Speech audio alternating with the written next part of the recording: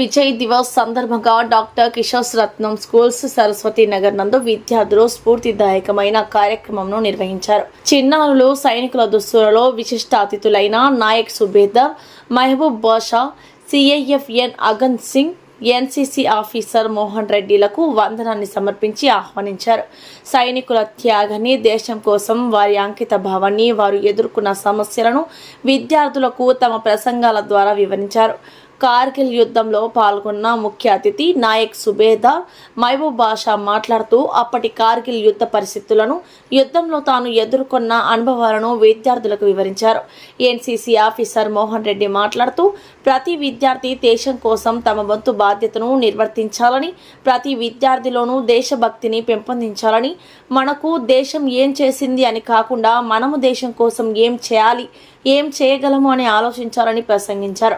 విద్యార్థులు కార్గిల్ యుద్ధంలో అసూలు బాసిన సైనికుల ఫోటోలను ప్రదర్శించారు.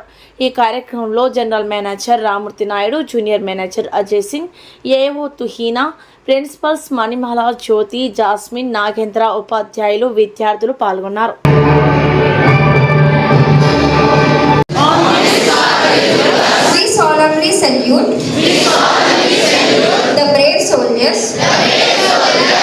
Sacrifice their lives to protect our nation. We pledge to love and respect our motherland. Uphold unity, peace, obey the laws of our country. And all. బోర్డర్లో సైనికుడా భారత్కు రక్షకుడా, బోర్డర్లో సైనికుడా భారతకు రక్షకుడా, కార్గిల్లో కళ్ళు మూస్తివా ఓ సైనికుడా, మా కోసం ప్రాణాలిస్తివా ఓ సైనికుడా, మా కోసం ప్రాణాలిస్తివా.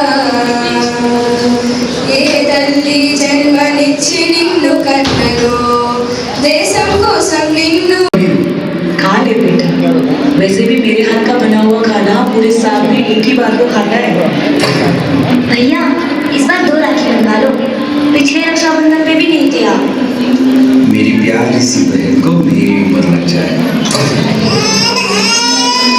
अल्ले अल्ले अल्ले मेरी प्यारी गुड़िया.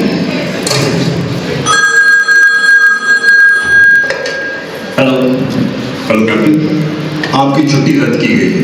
आपको जल्द से जल्द सरहद पे रिपोर्ट करना होगा. Yes sir. जय हिंद.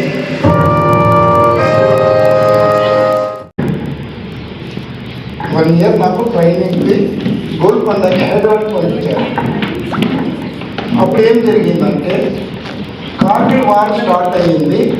అక్కడికి వెంటనే అక్కడికి బార్డర్కి వెళ్ళిపోవాలని నైట్ మెసేజ్ వచ్చేసి, అప్పటికి నేను సోల్జర్ అంటే ట్రైనింగ్ పర్పస్ బేసిక్ ఉన్నాను.